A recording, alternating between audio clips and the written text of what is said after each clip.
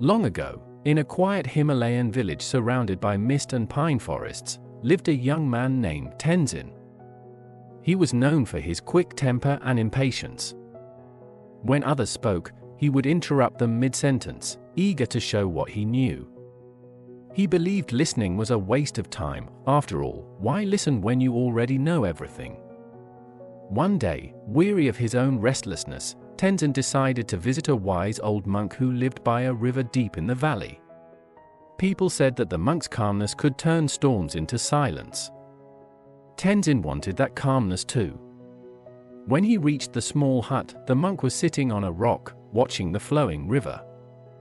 Tenzin bowed and said, "Master, I've come to learn the secret of peace." The monk smiled. "Very well," he said, "but first, have some tea." He brought out 2 cups and began to pour. As he poured into Tenzin's cup, the tea rose to the brim, then overflowed, spilling onto the ground. "Stop! It's full!" cried Tenzin. The monk stopped pouring and looked at him gently. "So is your mind," he said.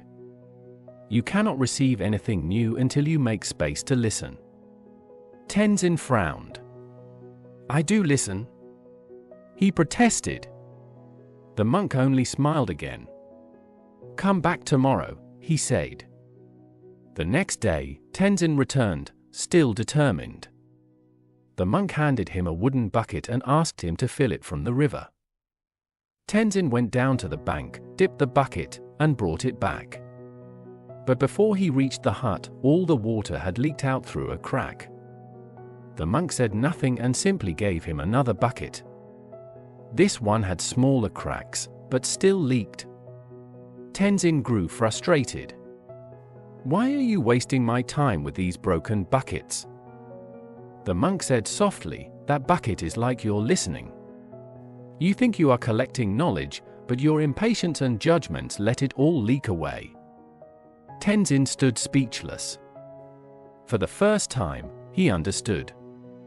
He had never truly listened, not to people, not to nature, not even to himself.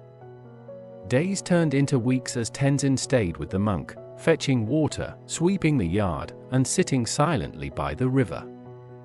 Gradually, he began to hear things he'd never noticed before: the rhythm of the wind, the chatter of birds, the soft whisper of water brushing against stones.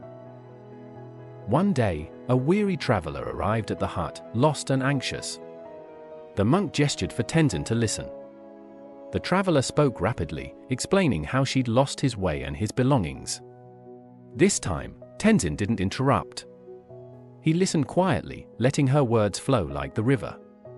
After a while, the traveler calmed down, thanked them, and left with a clear mind and a clear path. The monk turned to Tenzin. "Did you see? You didn't need to speak much. Just by listening fully, you gave him peace." Tenzin smiled, realizing the depth of that truth. He had finally understood what real listening meant: being completely present, without preparing your reply, without judging, without rushing. Years later, Tenzin became known across the mountains as a wise teacher. Villagers came from far away to seek his advice. And he rarely said much. He just listened. Somehow, most of them found their answers within themselves. Active listening isn't about waiting for your turn to speak, it's about making others feel heard. When you truly listen, you don't just hear others, you heal them.